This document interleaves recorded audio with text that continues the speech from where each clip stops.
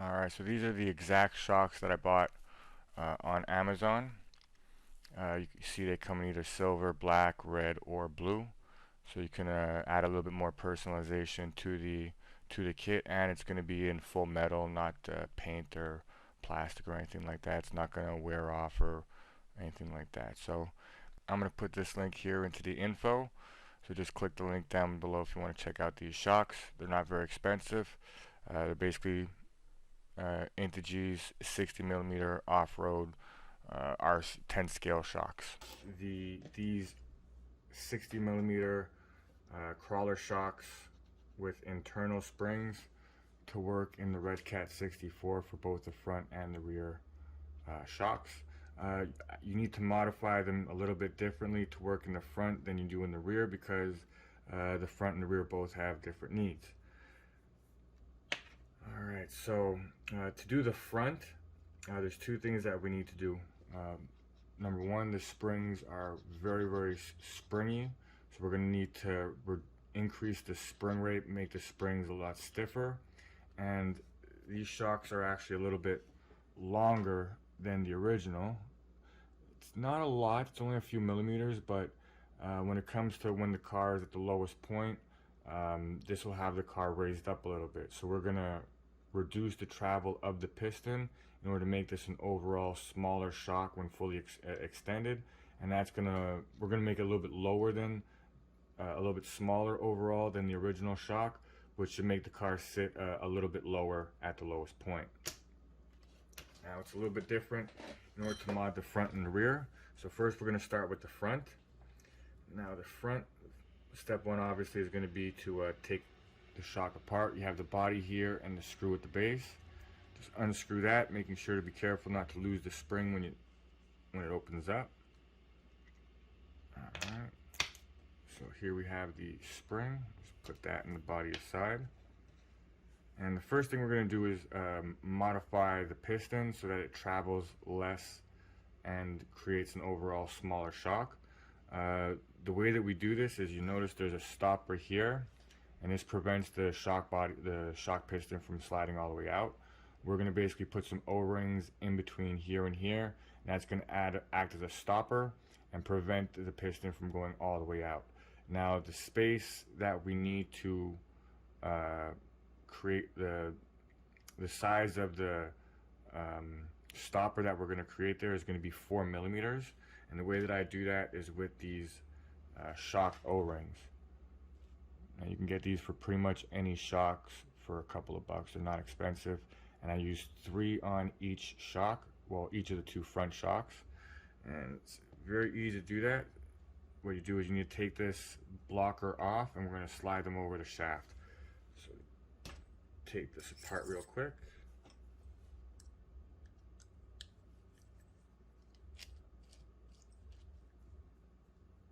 And be careful, because when you pop this apart, that little plastic piece can fly, so you don't want to lose that. Put that aside. And what we're left with here is the piston. And what we're going to do is we're going to put our O-rings over the shaft over here. And to create 4 millimeters with these O-rings, it takes 3 of them, and they're silicone O-rings, so it's just a little manipulating, they'll slide right over. So we need to put on 3.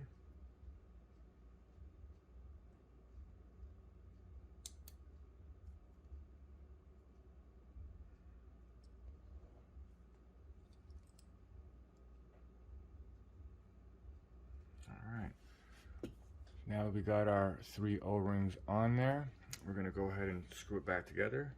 Put our stopper in, our retainer screw, screw it back up.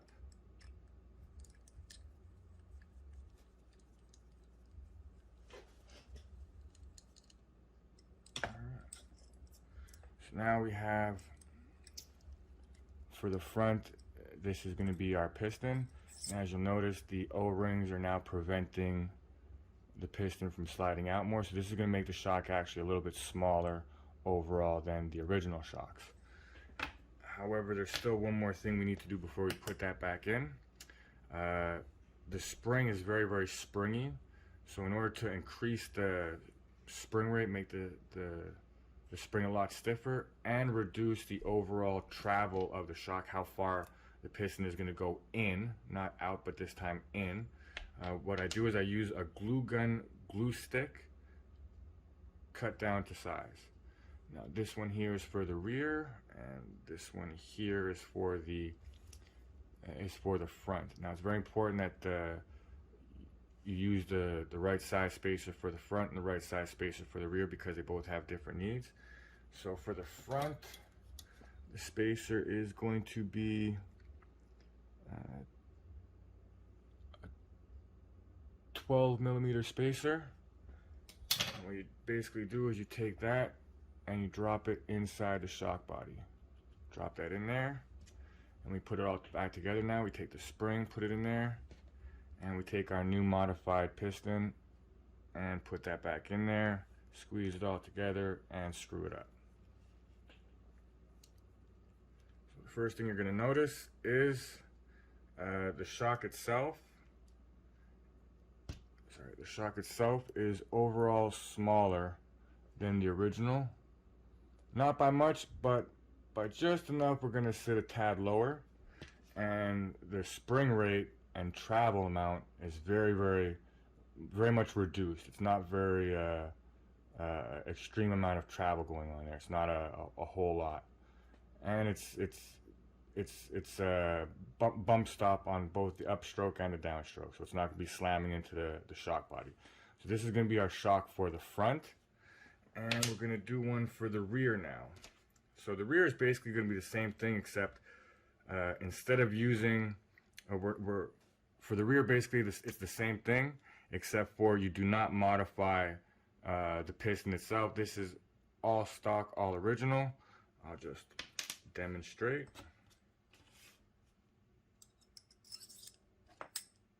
Take this all off.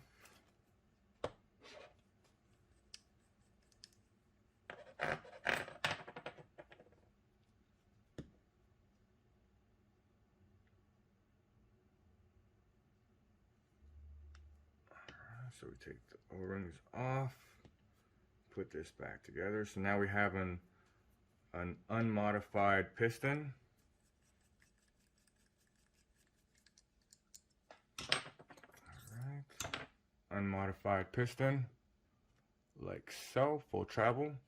And for the rear, we're using an 18mm spacer. So you notice the spacer for the front is a lot smaller than the spacer for the rear, so make sure you use the right spacer for the right size. So for the rear, we're using the 18mm spacer. Let's grab this out for you.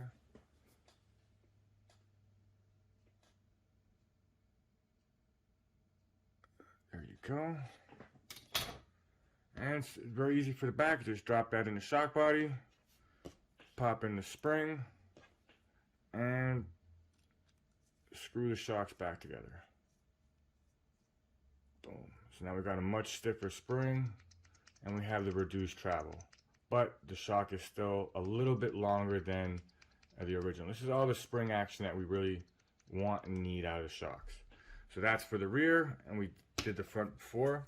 There's one more little detail in order to get these to fit. If you might have noticed, the mounting holes are substantially large, and the hardware that comes with these shocks is designed for 10 scale, so it's M3 screws. These big suckers here, not the same as our little tiny boys that screw into the arms and the drive shaft and so on. So in order to make these shocks work still, what I've done is I've taken the bushing out of the original shocks, which is these little suckers right here, and I put those in. So now with those suckers in, like so, it's hard to get it to focus. If we can get it to focus, but you kind of get what's going on there. Those are inside and then you put it back together inside the RC. Like, there you go. Put it inside the RC like so, and now we have a good bushing. Alright, so having a look at the shocks from the front, because the piston is so skinny, it allows the shocks to go down quite a bit. There's no interference with the suspension arms or anything like that, so it's lets you go all the way up when it comes to jacking the front up. And as you can see, this is how they basically look inside the RC. Let me just power it on and put the body on. Alright, so this is going to be a demo of how the shocks are working inside the kit. As you can see, we have them in the rear. We got them in the front. And I'm just gonna show you some action here. Now, I don't have a modified drive shaft. It is still the original drive shaft. I did massage it a little bit, but it's not the smoothest. So let me just show you a straight pop, right to the top. Bring that down some. Alright, and we're gonna just jack it up a little bit so we can get a little bounce going on.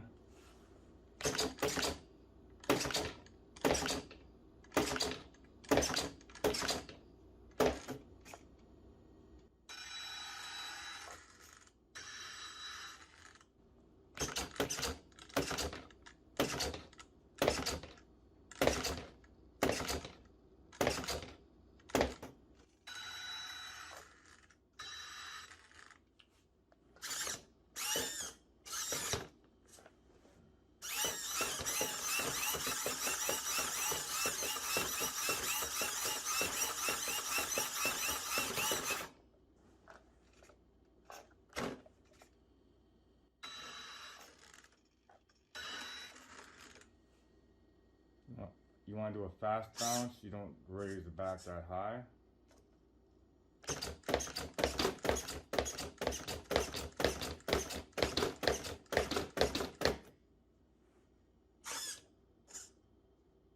Great for three-wheeling, jack that all the way up there.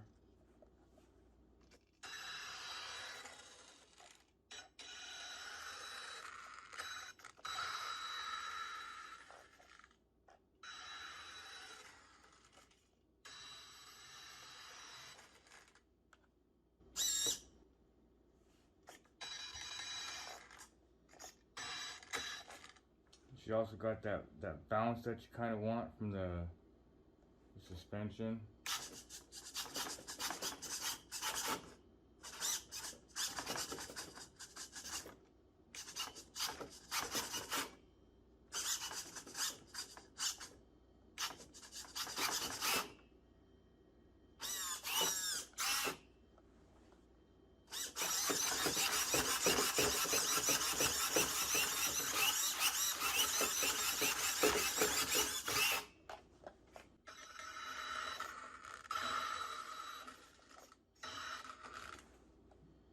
You want to put that bump on the ground.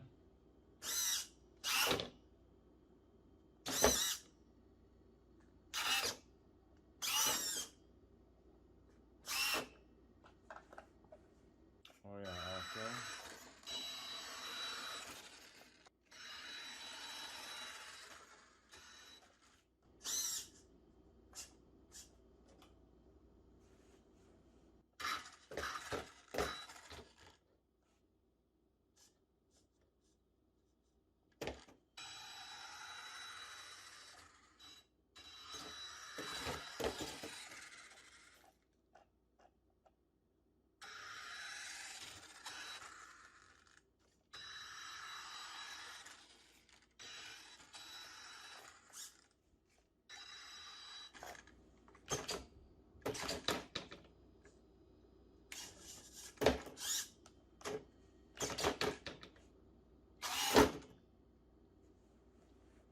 What do you think?